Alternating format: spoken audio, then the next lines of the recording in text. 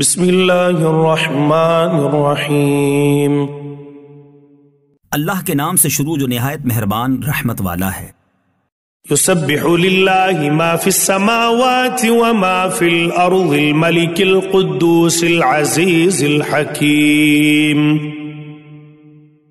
اللہ کی پاکی بولتا ہے جو کچھ آسمانوں میں ہے اور جو کچھ زمین میں ہے، بادشاہ کمال پاکی والا، عزت والا، حکمت والا۔ هو الذي بعث في الأميين رسولا منهم يتلو عليهم آياته ويزكيهم ويعلمهم الكتاب والحكمة وإن كانوا من قبل لفي ضلال مبين۔ وہی ہے جس نے ان پڑھوں میں انہی میں سے ایک رسول بھیجا کہ ان پر اس کی آیتیں پڑھتے ہیں اور انہیں پاک کرتے ہیں اور انہیں کتاب اور حکمت کا علم عطا فرماتے ہیں، اور بے شک وہ اس سے پہلے ضرور کھلی گمراہی میں تھے۔ حضرت صلی اللہ علیہ وسلم کی بعثت کے یہی مقاصد سورہ بقرہ اور سورہ آل عمران میں بھی بیان فرمائے گئے ہیں۔ وآخرین منہم لما یلحقوا بہم وہو العزیز الحکیم۔ اور ان میں سے اوروں کو پاک کرتے اور علم عطا فرماتے ہیں جو ان اگلوں سے نہ ملے، اور وہی عزت و حکمت والا ہے۔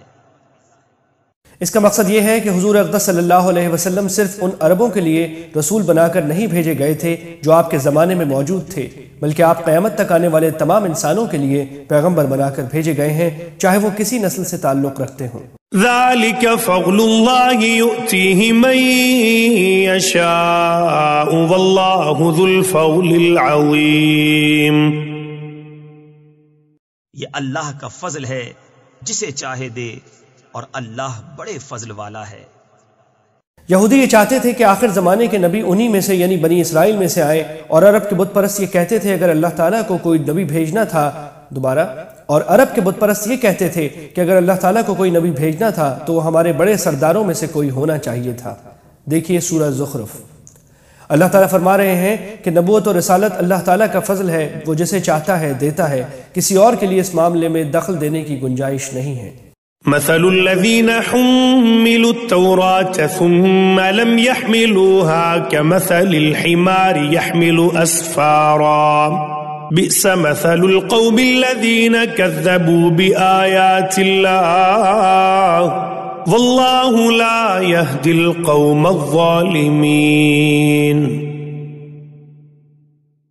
ان کی مثال جن پر توریت رکھی گئی تھی پھر انہوں نے اس کی حکم برداری نہ کی، گدھے کی مثال ہے جو پیٹھ پر کتابیں اٹھائے۔ کیا ہی بری مثال ہے ان لوگوں کی جنہوں نے اللہ کی آیتیں جھٹلائیں، اور اللہ ظالموں کو راہ نہیں دیتا۔ یعنی تورات کے احکام پر عمل کرنے کی جو ذمہ داری ان پر ڈالی گئی تھی اس کو پورا نہیں کیا۔ اس میں یہ بات بھی داخل ہے کہ انہیں نبی آخر الزمان صلی اللہ علیہ وسلم پر ایمان لانے کا حکم دیا گیا تھا، لیکن وہ آپ پر ایمان نہیں لائے۔ قل يا أيها الذين هادوا إن زعمتم أنكم أولياء لله من دون الناس فتمنوا الموت إن كنتم صادقين۔ تم فرماؤ اے یہودیوں، اگر تمہیں یہ گمان ہے کہ تم اللہ کے دوست ہو اور لوگ نہیں، تو مرنے کی آرزو کرو اگر تم سچے ہو۔ یہی بات سورہ بقرہ میں بھی فرمائی گئی ہے۔ یہ بہت آسان چیلنج تھا جو یہودیوں کو دیا گیا تھا، ان کے لیے کچھ مشکل نہ تھا کہ سامنے آ کر یہ کہہ دیں کہ ہم موت کی تمنا کرتے ہیں، لیکن ان میں سے کوئی یہ کہنے کے لیے آگے نہیں بڑھا، کیونکہ وہ جانتے تھے کہ اللہ تعالیٰ کی طرف سے دیا ہوا چیلنج ہے، اس لیے جو ہی وہ یہ تمنا کریں گے واقعی انہیں موت آ جائے گی۔ ولا يتمنونه أبدا بما قدمت أيديهم والله عليم بالظالمين۔ اور وہ کبھی اس کی آرزو نہ کریں گے ان کوتکوں یعنی اعمال کے سبب جو ان کے ہاتھ آگے بھیج چکے ہیں، اور اللہ ظالموں کو جانتا ہے۔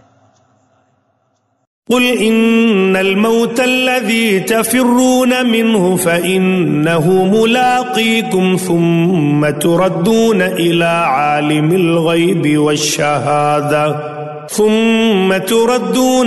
عالم الغيب والشهادة فينبئكم بما كنتم تعملون.